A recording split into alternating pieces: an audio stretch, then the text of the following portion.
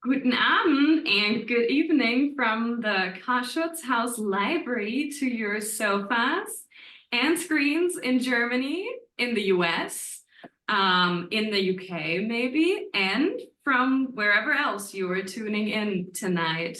Welcome to the Televisionary Talk Club. My name is Sabine Pawletta and I'm here with my colleague René Freudenthal. We have long worked together in the Cultural Program Department of the German American Institute here in Freiburg in Southwest Germany. And since 2022, I believe, correct me if I'm wrong, René, we also host the Televisionary Talk Club together. In this format, every month we discuss a TV show we either loved or hated, we laughed about or cried at, that inspired us or left us simply speechless. And for each episode, we invite one or two experts on our small, either live or tonight online stage. And tonight we feel especially honored to be able to welcome two amazing high-profile guests who, despite their incredibly busy schedules, made time to talk to us tonight about a TV show. Welcome, Ambassador John Emerson and Kimberly Marteau Emerson. It is a pleasure and an honor to have you with us tonight. We could not have hoped for actually a better expert couple than the two of you for discussing the Netflix TV show, The Diplomat, tonight. So thank you so much for taking the time and being here with us tonight.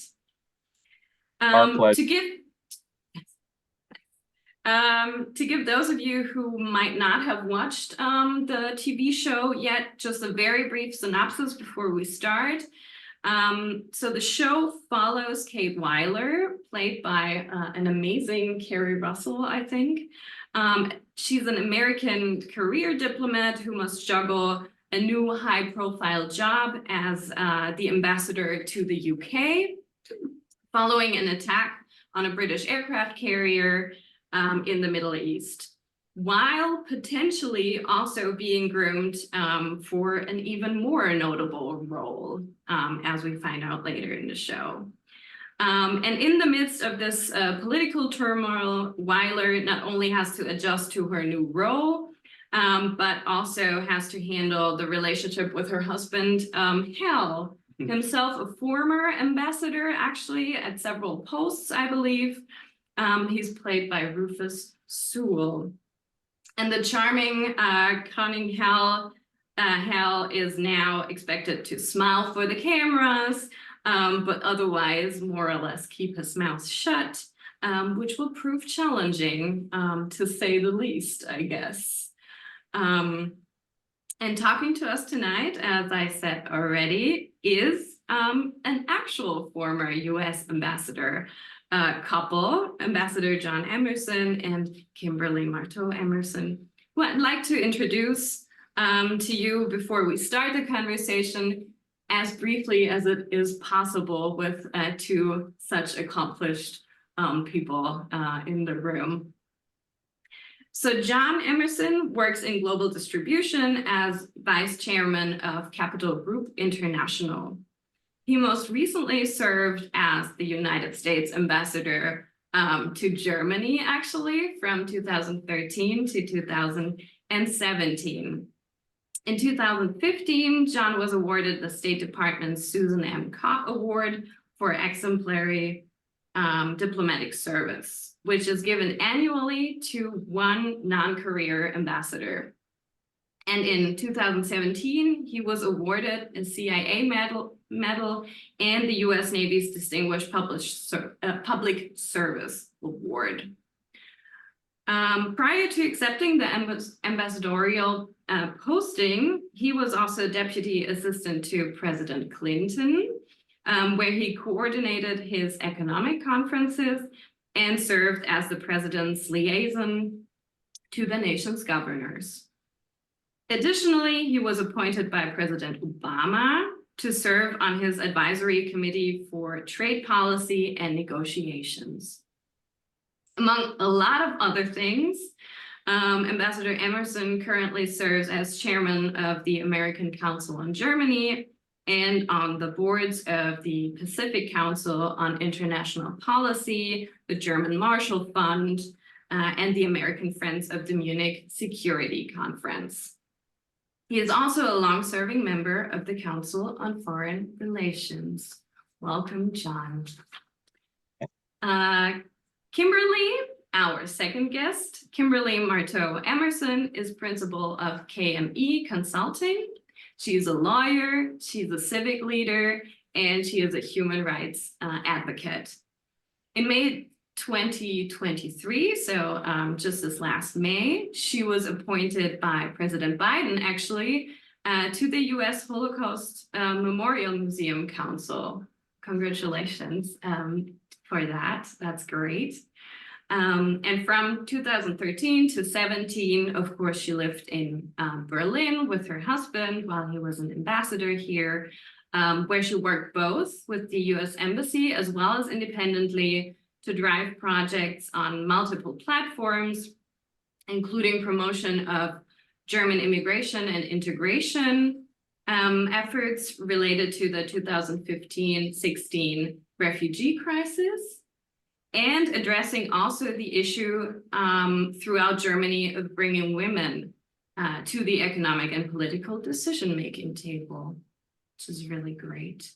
Kimberly also worked in the Clinton administration as a senior political appointee and spokesperson for the US Information Agency, which is now part of the State Department, actually. Again, among many other things, we cannot name all of them. We will be sitting here for a long time. She currently serves as chair of the Board of Governors of Bard College, Berlin, as vice chair of the Board of Directors of Human Rights Watch, as a member of the advisory board of the Thomas Mann House, actually, and as a member of the Council on Foreign Relations and the Pacific Council on International Policy. Kimberly has been deeply active in US presidential politics as well, and helped many Democratic candidates on the local, state, and federal level. She has also received several awards for her civic engagement. Dear Ambassador Emerson, dear John, dear Kimberly, thank you so much for taking the time, and welcome back to the Carl-Schurz-Haus, even if it's just virtually this time. On screen. Well, it's great to be here. Yeah, thank you so much. Great.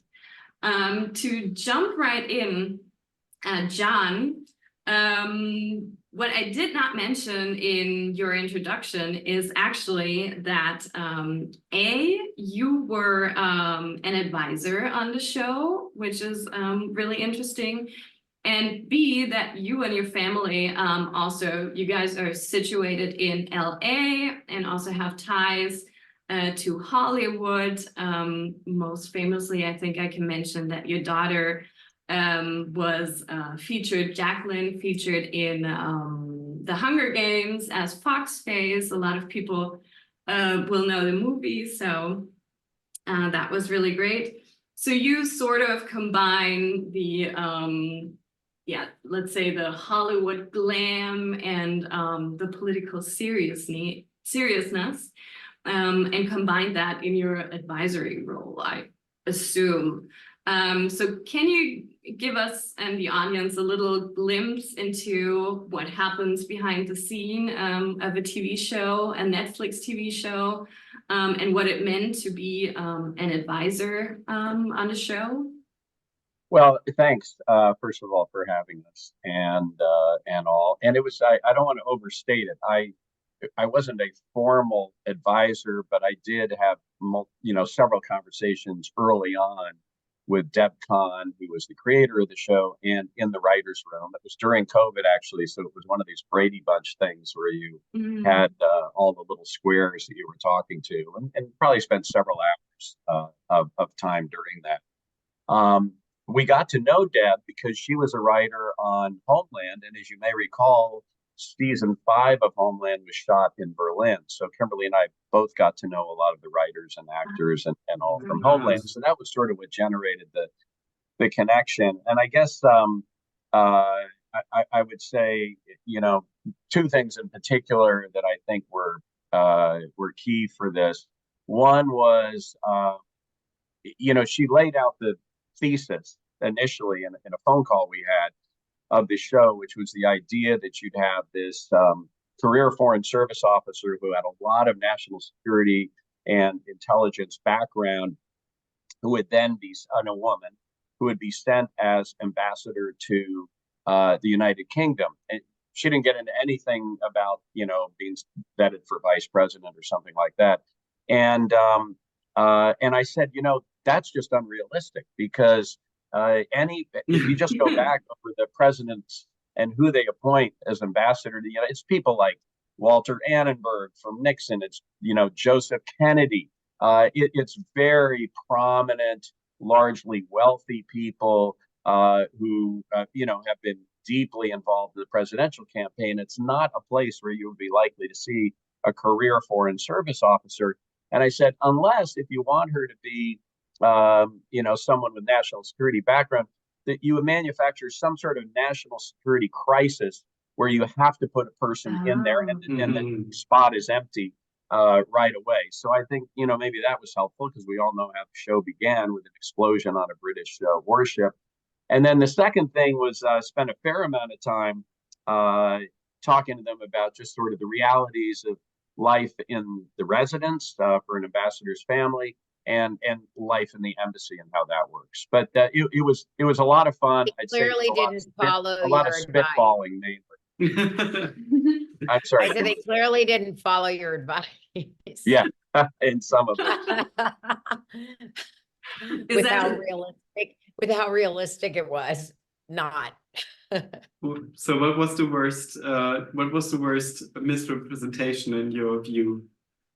Well, you know, first of all, let me just say from a Hollywood perspective, I think we all agree that the acting is excellent.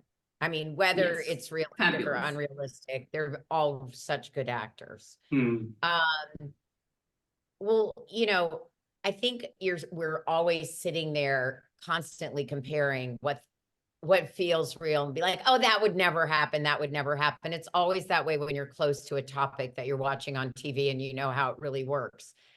One of the things is in the first episode, she's flying privately and with her husband, and that did not happen. We did not fly private unless we paid for it. And so, and you would never, if you're flying on a US government plane, it's probably Mil Air. It's not a G5, unfortunately. The seats do not look like those seats. They're not as, it's pretty spare. And also the name, you know, the POTUS, the President of the United States, the seal is not on the outside of the airplane unless the president is on the plane. So that was not realistic. It would say United States of America, or it would be unmarked. But there were certain things on the plane that were, you know, that added realism to it, which I liked. Like one of them was, for example, she talked about how she hated her hands with the way they swelled when she was on an airplane. And I liked that. I thought that was very realistic. I know, John, why don't you talk about the DCM chief of staff relationship, which you Well, there's another thing that was very unrealistic that a lot of our ambassadorial friends, including Emily Haber, who was the ambassador from Germany to the US at the time, really focused on, which is she was never confirmed by the Senate. But obviously they didn't, that would have interfered with the storyline. So bam, she just goes there and that's that. In any event, Kimberly suggested that, you know, here you have the deputy chief of mission, who's always the highest career foreign service officer in an embassy. An ambassador is often career, most often career, but sometimes, as in the case of a country like Germany, sometimes they're non-career.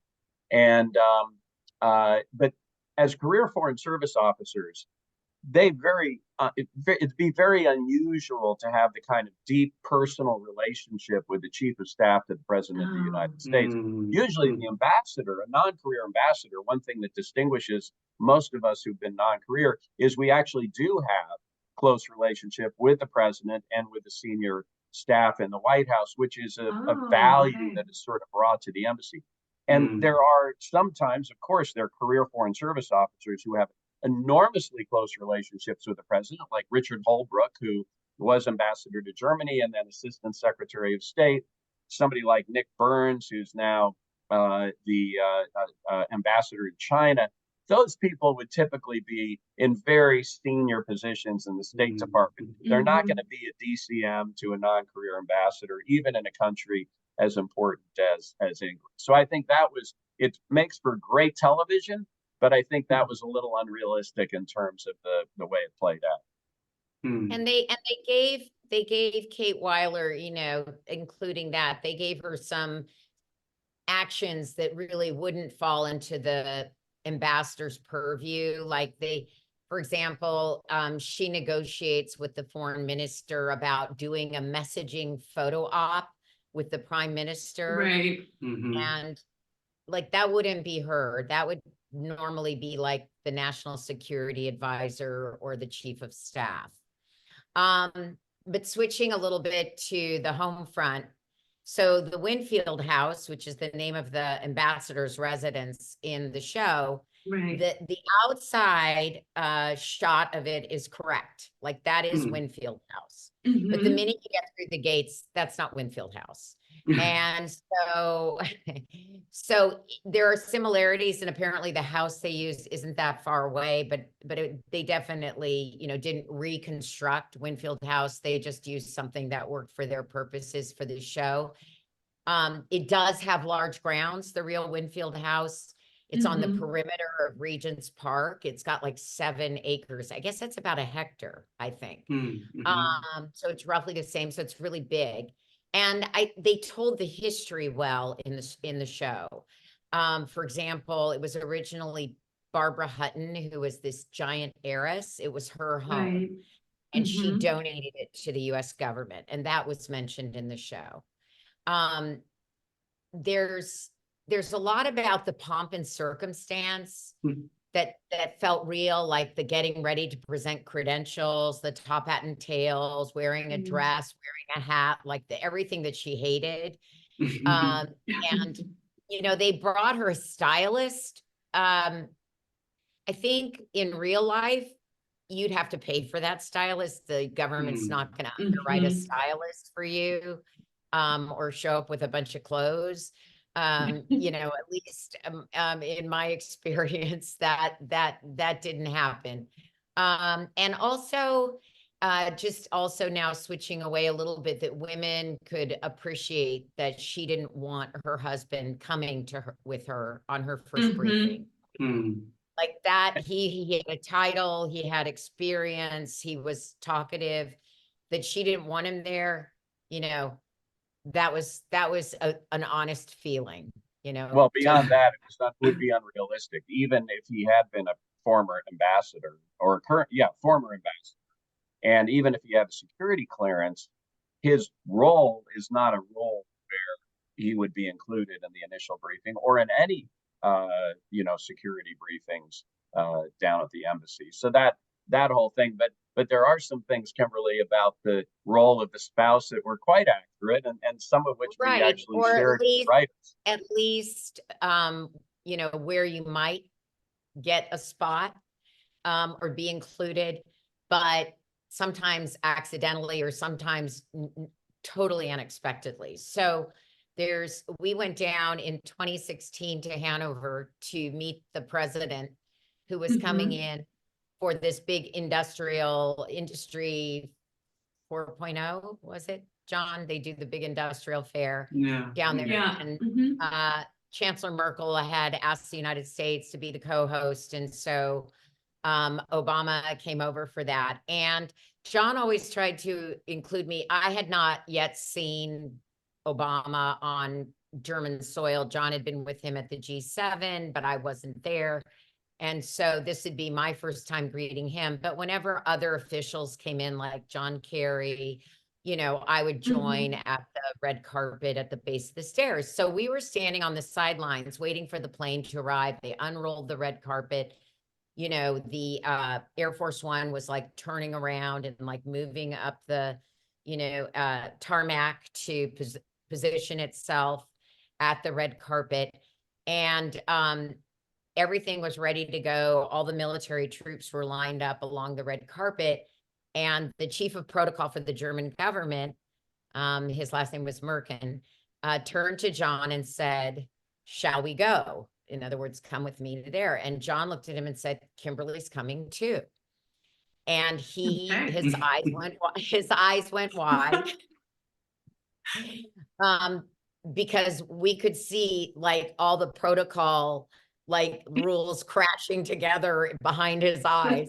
Because the way the protocol is required is that at the bottom of the stairs, Merkin would be the first to greet the president as he comes down the stairs, and the U.S. ambassador would be number 2, and number 3 would be the minister president of Niedersachsen, Stefan Weil. And you can see Merkin thinking, I cannot put the spouse of the U.S. ambassador before Minister President Weil. Like he didn't say anything, see it.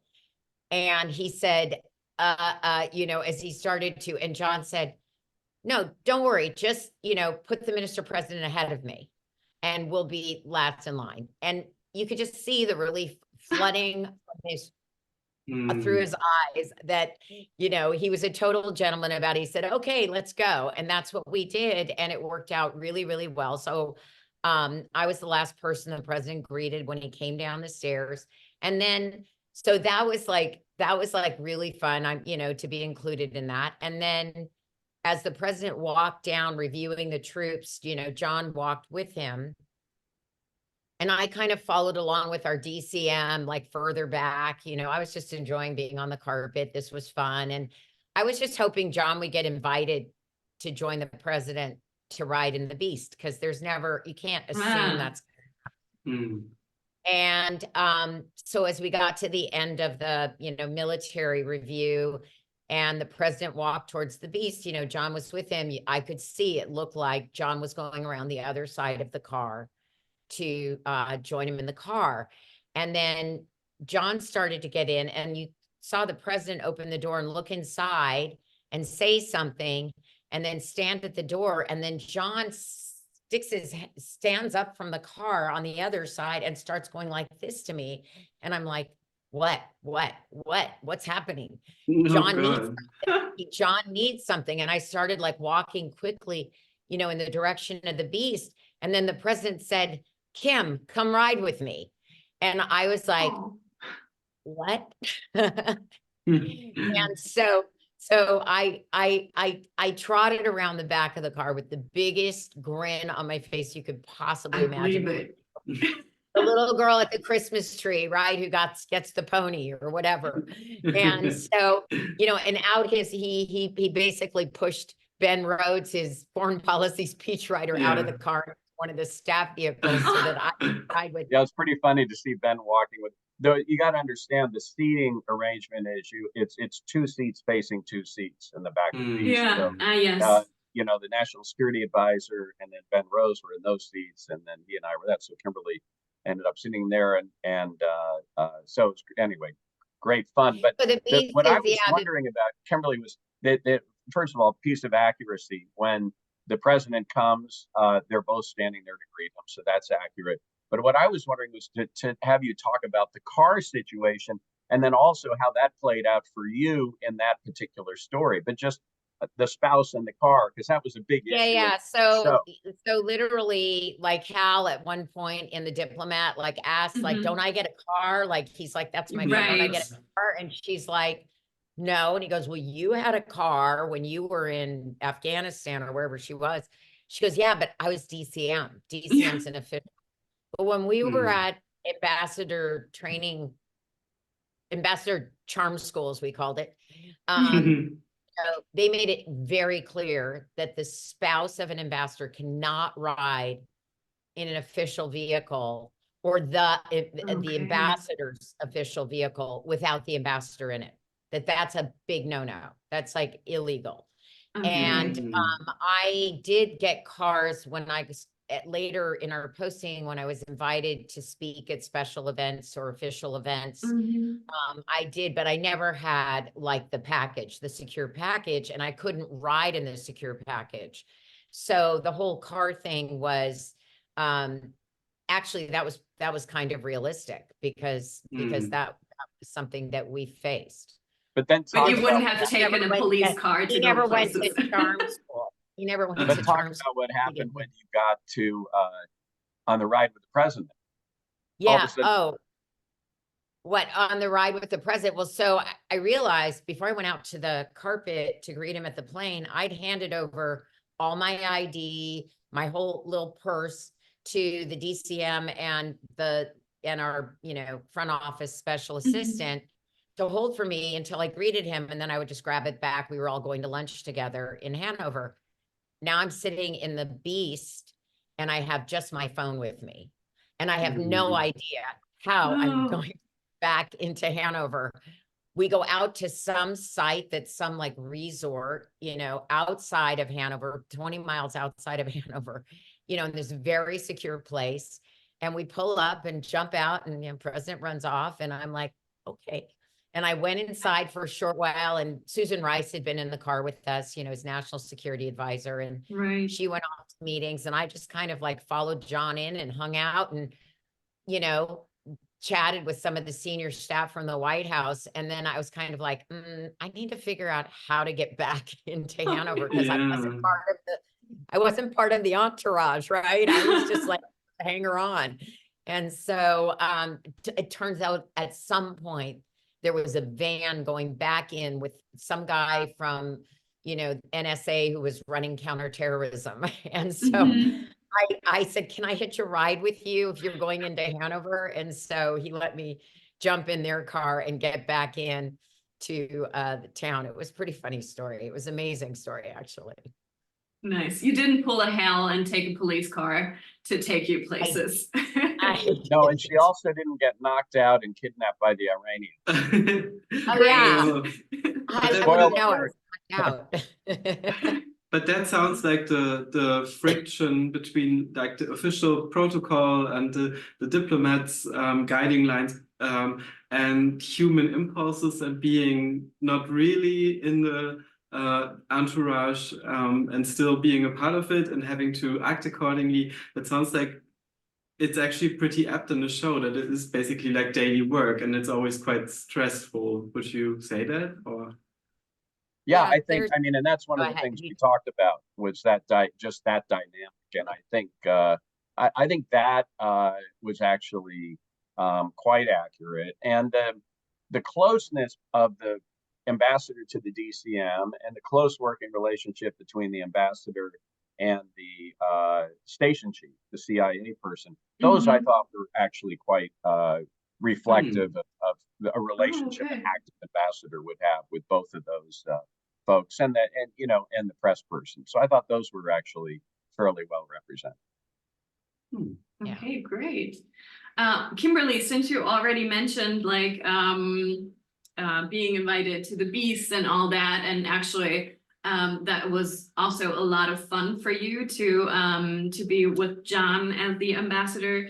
I'm actually also curious how you felt Hal was represented, because like in the show, he mentions that he feels like he is assuming the position of quote unquote the wife, which for him, like he struggles to be in that position because he believes that the role of the diplomat spouse is less than the actual, of course, diplomat and ambassador. So he actually says like, it's actually a worse role than I had before.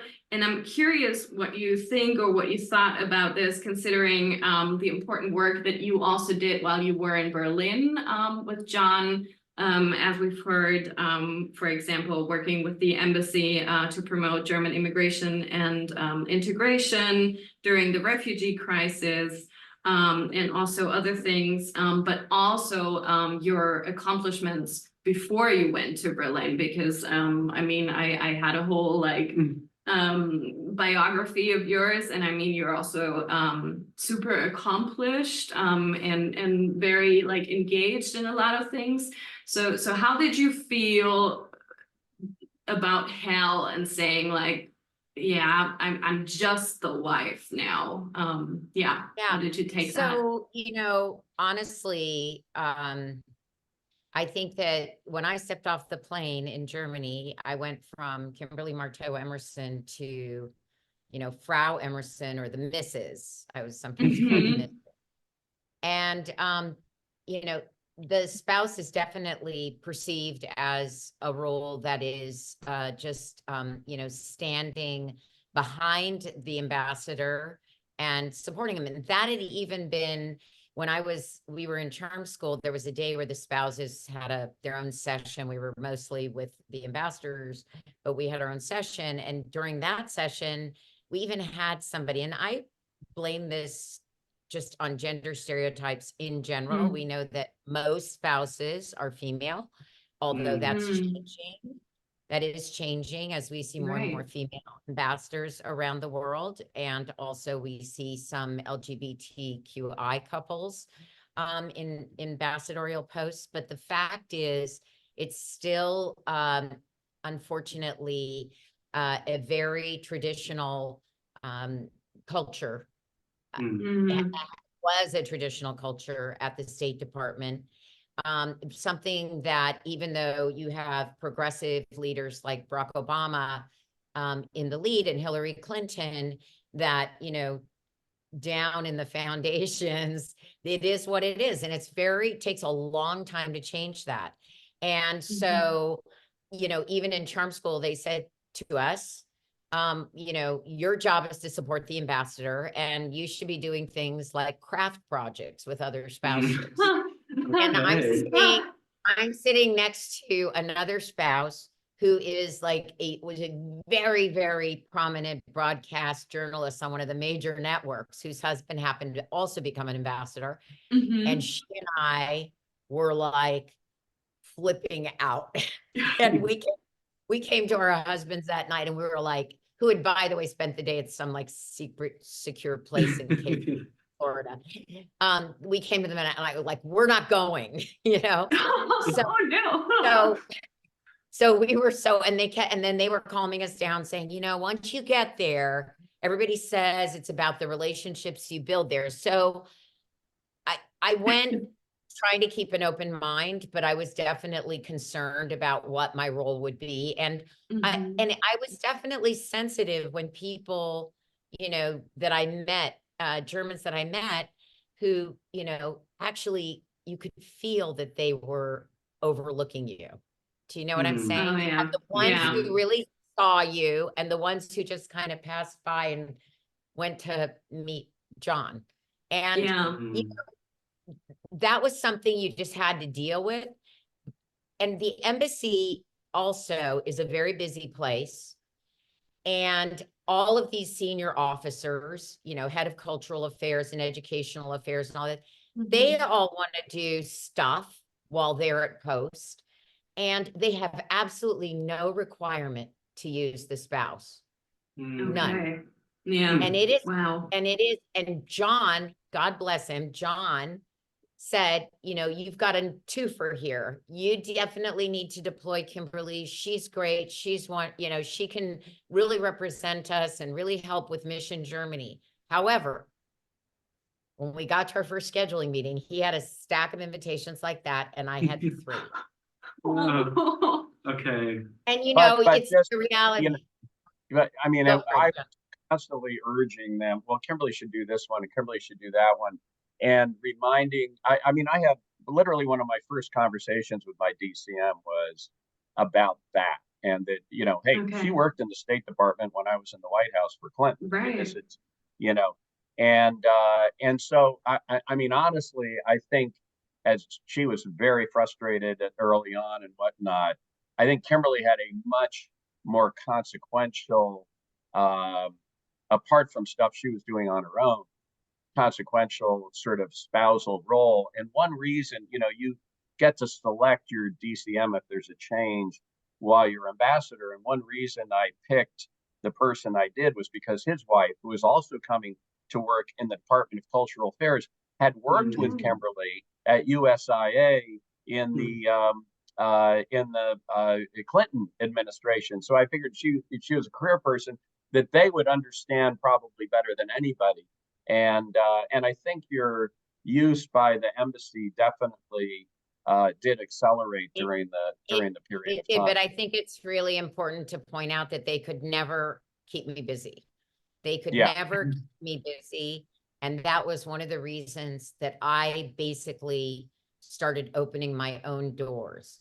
And I actually, when invitations came in for anything, come to this catwalk for, it's Style Week in Berlin, come to this art opening here, come visit the Factory Berlin, which is a high-tech hub where, young developers network. I said yes. I said yes. I said yes. And in that way, I built that was not at all through the embassy. I built my own relationships. I built my own relationships in all of these different platforms because I thought, I have the time. Why not? Look, I don't need to spend my day organizing a dinner. Like I've done a billion dinners in my life, and we had staff for that. Right. I had it. Well, but you still have to oversee it. But I had a fantastic house manager and a fantastic chef and a really good staff. So I knew I cook myself. So all I need to do is look at his menu and be like, that's going to work, and I honestly could probably count on two hands the number of times I asked him to change a menu. And so that made my life really easy. I wasn't always happy with the flowers, but I lived with it. I wanted to do other stuff. And so and I also obviously incorporated a lot of my human rights work and really made that an identity for which I am known in Germany even today. So so it was a combo, but I will say that I think a lot of it was going out there and using my own courage and so what Hal said is how he felt about it was correct, but unfair in the sense that you make it what you want it to be. And I mean, an obvious difference is, of course, one big plot twist in the show is when the audience learns that they're actually in the process of separating. So there's this whole huge other tension in the relationship, which makes the power struggle between the two characters so much more complex because they constantly have to navigate gender roles in the job and in the semi-formal job, as well as their personal relationship. And we would, as the audience, were never really sure on which kind of card they are right now with each other. So well, I would say for putting on we're connected in Hollywood hat. I think the show is incredibly well written. The characters are really interestingly developed, and as Kimberly mentioned, acted extremely well. And that's what makes it that's part of what makes it such a riveting show. For sure. And there are a lot of tandem couples in the diplomatic corps because you're traveling all over. And so that definitely happens. And it's very realistic. I mean, John, I don't know if you want to say anything about that. Yeah, well, I mentioned that picking, Kent Logston as my next DCM in part because of his marriage with Michelle. Both Kent and Michelle worked in the embassy, and she was at a pretty senior level in cultural affairs. She would report to her husband, but instead she had to report directly to me because they, obviously have to take him out of the line of reporting. Jim Melville and Joanna, she worked in the embassy as well as when he was the first DCM. And we even had in the intelligence services, we had tandem couples. And, if you think about it, it's a little hard to keep a marriage together if you're one's in Botswana and the other one is in Iceland. So the Sure. Foreign Service tries to do that. And we didn't get into, I don't know if you even want to get into this, but to Kimberly's point about the sort of historical basic relationship with or expectations of a spouse, we actually had a meeting with senior people, 3 other ambassadorial couples and senior people in the State Department about changing that. And, they made the point, well, not every spouse wants to play a major role. And we made the point, you got a lot of spouses who are, lawyers, business people, former government officials, journalists themselves. If they want to play a role, there ought to be an assistant. There ought to be a scheduler. They ought to be treated basically the way a first lady would be They treated. were going to structure an agreement that where a spouse could be like a consultant or a contractor or something like that with the embassy. Kind of a dollar a year Actually, thing. we were brought back specifically invited back for this retreat with the head of management at State Department. They're like, we want to, do better by the politicos. We want to make sure they're well trained and also, spouses. Unfortunately, that was in late March of 2016. Many months later, Donald Trump was elected president, and basically the State Department was gutted. All those management people were part of the deep state, and they were moved out. And so this whole idea proposal just went nowhere. I mean, it disappeared. So, and we were gone. So it never actually did advance, but it was something that they're cognizant of.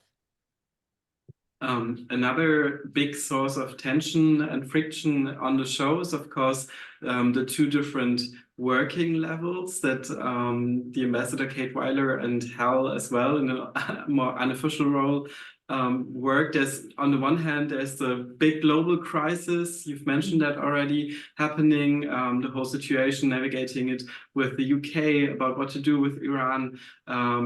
World War III is in the air at some points in the show, of course. And at the same time, Kate has to do this basic PR work of having photo shoots and being in a very photo shooty kind of ambassadorial post. So do you feel the Cinderella the thing? Cinderella thing, right?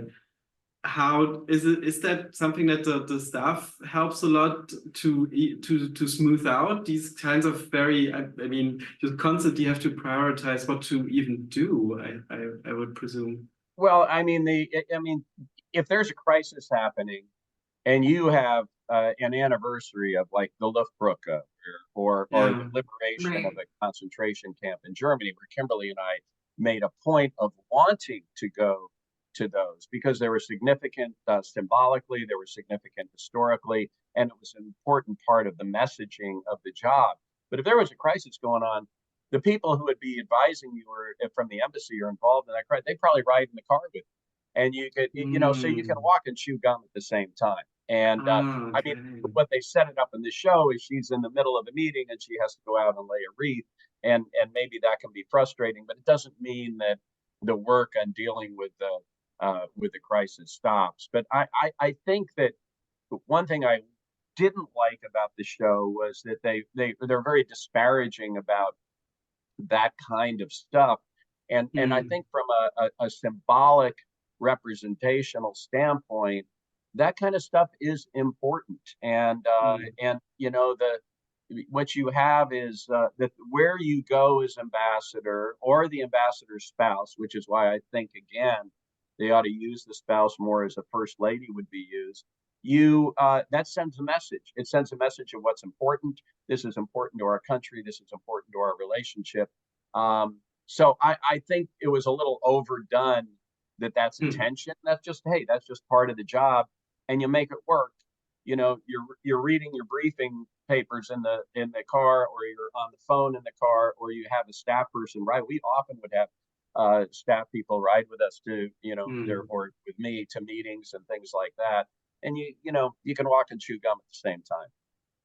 Oh, that's great.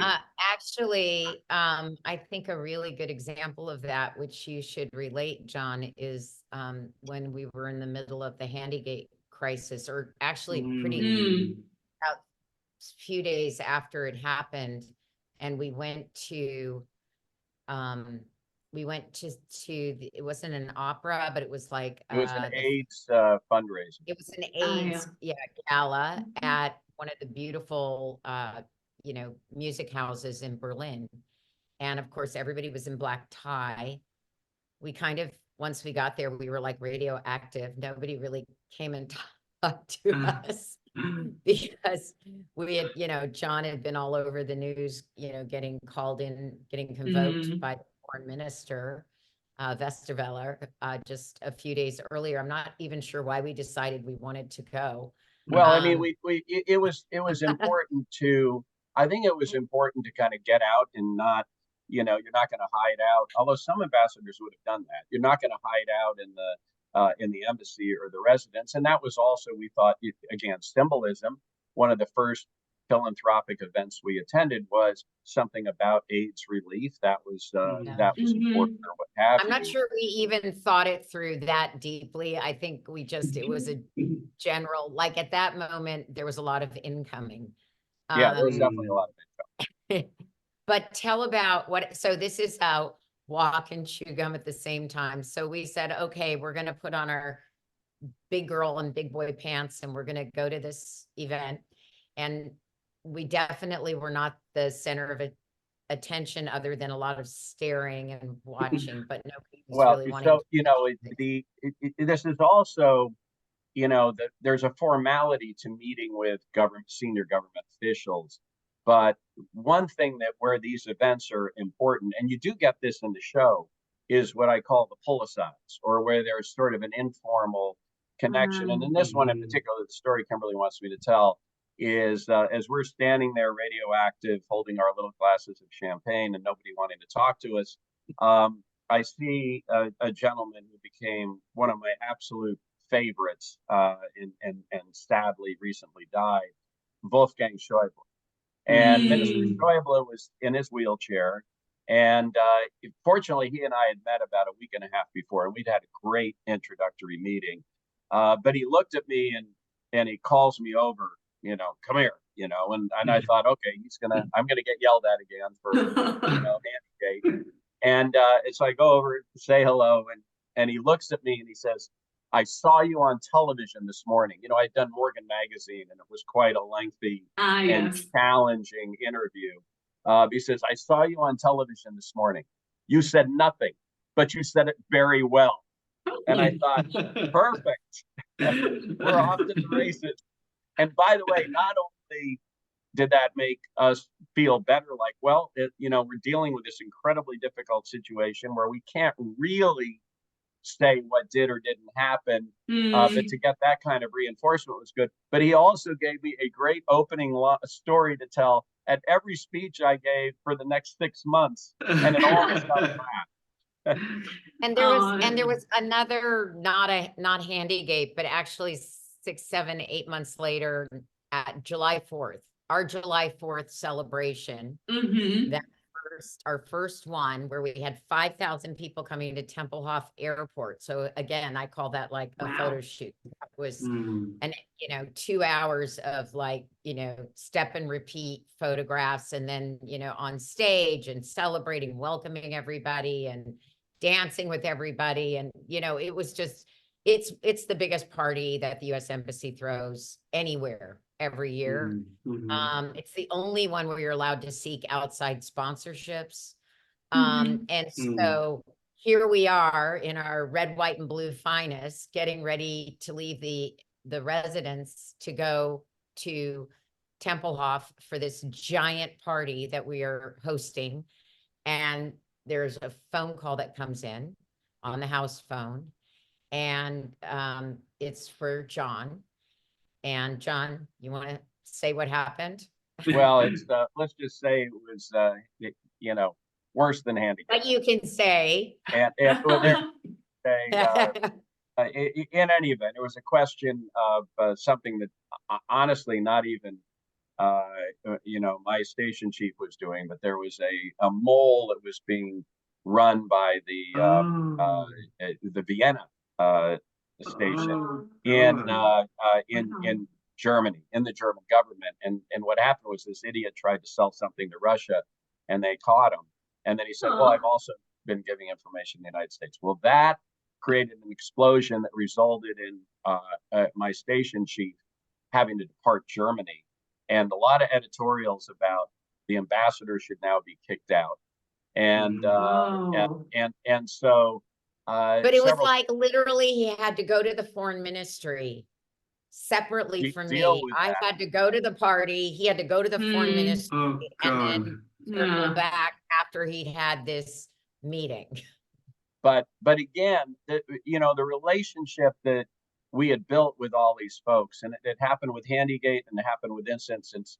My conversations at the foreign ministry were not, you blah, blah, blah, blah. They were, hey, we got to figure out how to solve this because this is a huge problem. And it was more of a collaborative working together, which I think is just absolutely extraordinary about the way we were working, the relationships that we developed with those principal people. But at the end of the day, the best thing, number one, at that point I had more of my feet on the ground, and I was able to implement a number of changes that I think the Germans were quite happy about.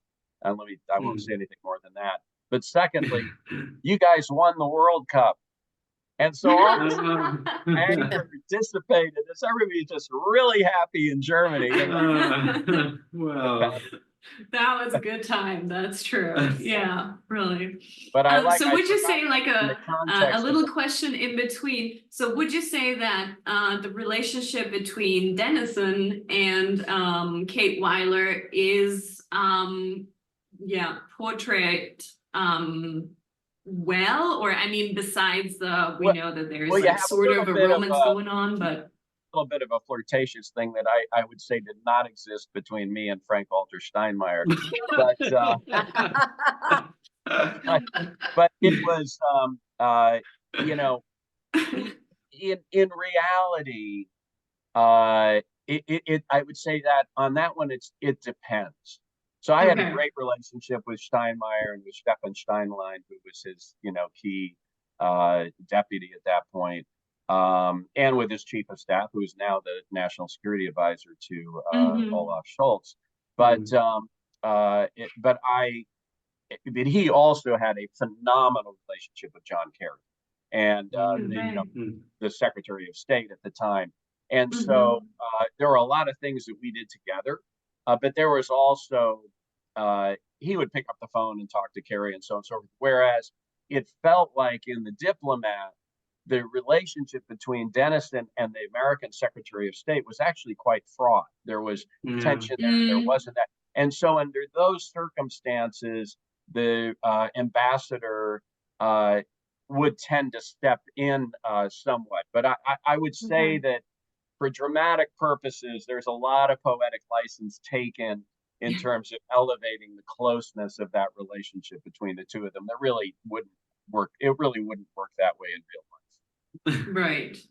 I think I would open it also to the audience.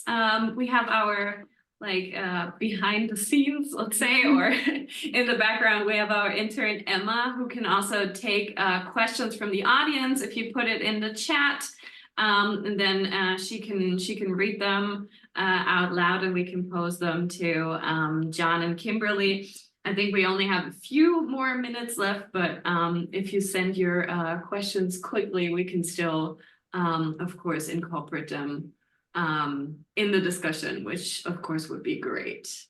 And while we're waiting for a question, I wanted to also say one of the things that isn't in the show is it's very capital centric. In other words, it's very London based. While, John would spend, 2 to 3 days a week in Berlin, he insisted that those other days needed to be somewhere else in Germany. And his consulates were in charge, 5 consulates, of setting up those trips. And those trips, were included visiting government officials, signing the Golden Book, which we all know like is a thing there. Right. Visiting a local company. I mean, your business, your Mittelstand, the presence of your Mittelstands is so important to your economy. A walkabout or a culture tour, a press roundtable, maybe a business roundtable, maybe a civic leadership dinner.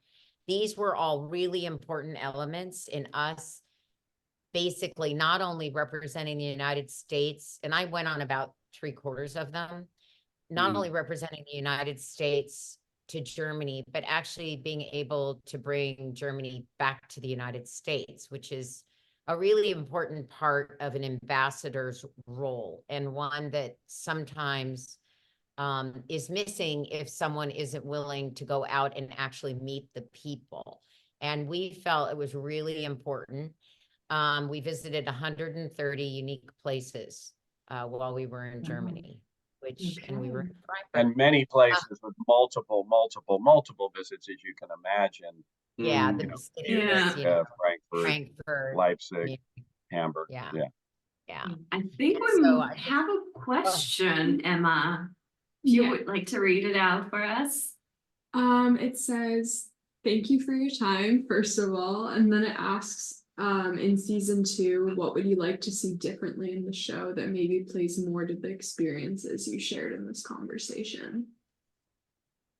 I want Hal to just embrace being a spouse. Just play that spouse fairly well. I want to see how they handle the situation where it's obvious that the prime minister caused the explosion or gave the green light for the explosion. Well, sorry, and guys. we all want to know, is Hal alive or dead? Oh, right. Yeah, that's of course, but that's not playing to our experience. I know, that's true. Great. Was there anything else that, let's see, in season 2 we want to see? I mean, they're going to keep all the intrigue going. Yeah. Yes. It'd be great to see some accountability, Trowbridge needs some accountability there, but that's just, that speaks to transparency in government. Hey, by the way, Okay. just thinking about the show and the whole tandem thing, but one interesting thing is the relationship between the DCM and the station chief, right? And and she's like, I forget, it was Cairo or whatever. You wanted me to go to Cairo, now you don't want me to go to Cairo. Do we want to be? I mean, it shows, just a sensitivity to these career foreign service officers and government employees who are moving around. You change every 3 years. So we had a turnover of a third of that. Half of our team, we have about 2,000 people in Mission, Germany. So about 1,000 of them are folks that a third of them turn over every year. And the other 1,000 are really, really important. And those are the LESs, the locally employed staff. And we had some phenomenal German citizens who were absolutely integral at all of the consulates and at our embassy itself in terms of helping out. But you see about how hard it is. Let's say you're stationed with somebody, you build a relationship, you fall in love, and then to try to figure out, well, you're going to go here and I'm going to go there, and how are we going to make this work and pursue our careers? It's challenging.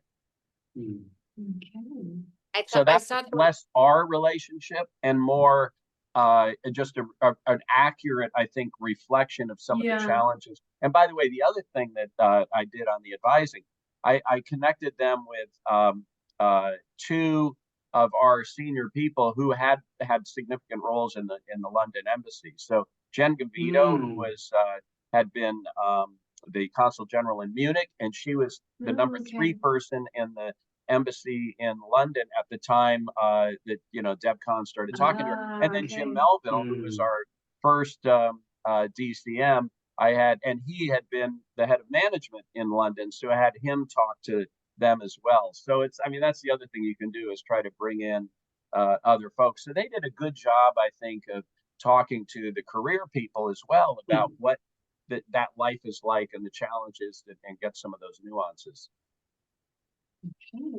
There was Well, I one more think- yeah. question. There was one more Yeah. question that, did you want to have us answered? It's probably a Yeah, short answer. sure. Yeah. It says, would you consider an ambassadorship again in your life? No. No.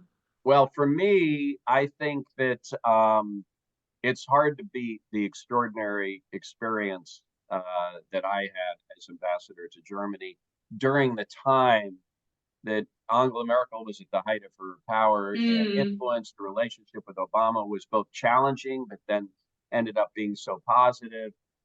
You know, we had 3 presidential visits during that time. There was a lot of complexity. The Russia-Ukraine war started, so it's kind of hard to beat that. But I don't know. I'm married to someone who I think could make a pretty good ambassador. Kimberly, would you question is- consider it if you were asked? The question is, would you make a good ambassador spouse? Exactly. Well, I mean, I think I think so. I have a pretty good Just model, kidding. Hal Wilder there, you know.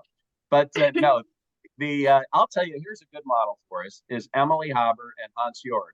So Emily was, of course, just recently stepped down as the German ambassador to the U.S. Her husband, Hans Jörg, had been ambassador to Egypt. I think he'd been ambassador to 3 other countries. Now, during that time, Emily was largely, you know, she was also moving around and doing things, and sometimes together. But she was sometimes not. mostly in Berlin.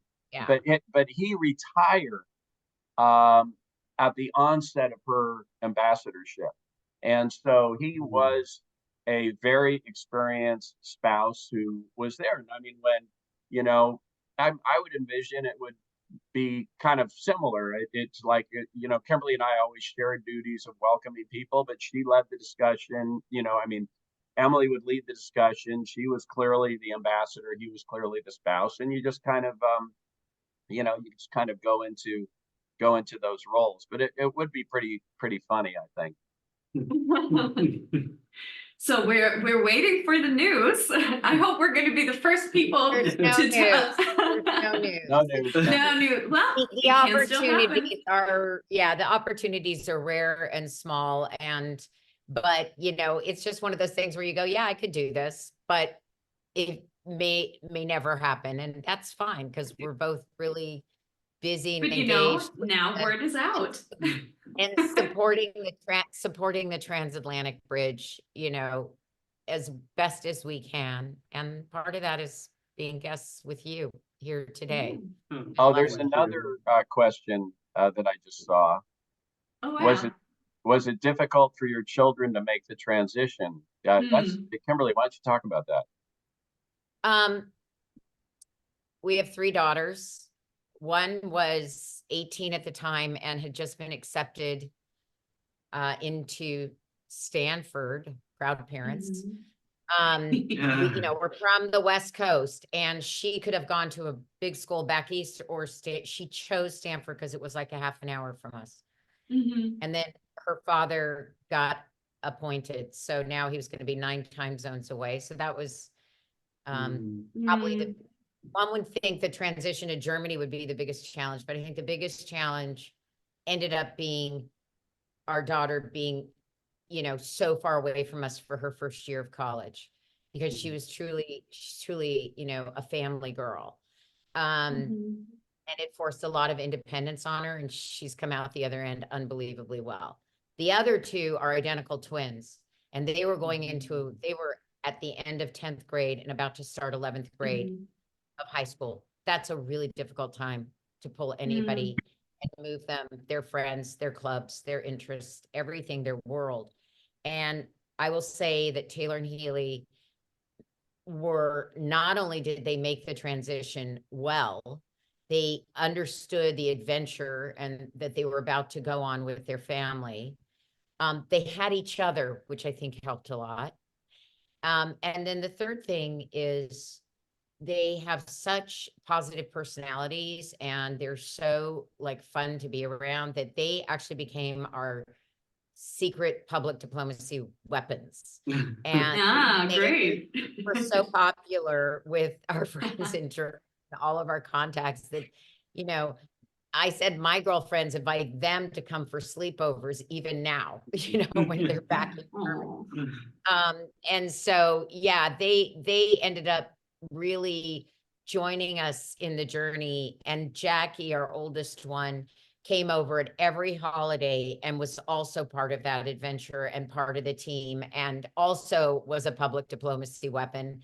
And of course, the fact that she'd been in this famous movie also helped. People were very excited to meet her. By the way, just to do a little mom publicity, she had a new movie out, a small one called Wine Club, which I'm sure my Germans who drink wine will love, but it's a comedy. It's actually very funny, and she has a very funny role. And in these difficult, dark days that I feel like a lot of us feel like we're in, it's a nice antidote to see a film this kind of a little wacky and fun. But it's right now you can just, where do you buy it online? Buy it on right? Amazon for like Buy it on $15. Amazon. It's Wine called Club. Wine Club, a cult comedy. Oh, Very nice. Oh, And it's also, about Kimberly, great. Jack had Stanford had a Berlin campus, so she actually spent some time there with that. And I'll tell you, we, as you know, we have a apartment in Berlin. All three of our girls are always looking for opportunities to go and spend a little time in that apartment in Berlin. Oh. I think that's something when we're gone, they're going to want to keep. Yeah. Oh. Okay, well, I guess there's nothing left, like there's a lot left to discuss, of course. We could probably talk for hours, but as I mentioned, you are a very busy people who are very engaged in your work and everything. So we don't want to keep you any longer. It was an absolute pleasure talking to you. I had a lot of fun hearing about what's accurate, what's not accurate, your time in Germany and what you made of it. And it's really great to hear how public diplomacy also works, which is a big part of what we do at the Carl-Schurz-Haus.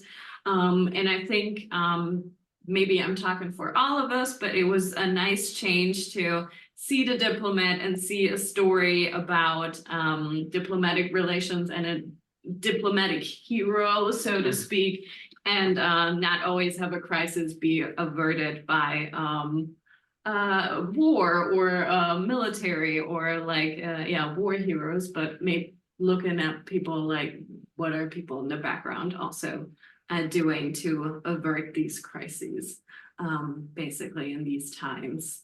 So thank you so much. Thank you also everybody for joining us tonight, and have a lovely evening. Thanks so much. Yeah, Bye. everybody, great to Cheers. see you. Thanks, Renee. Thanks, Sabina.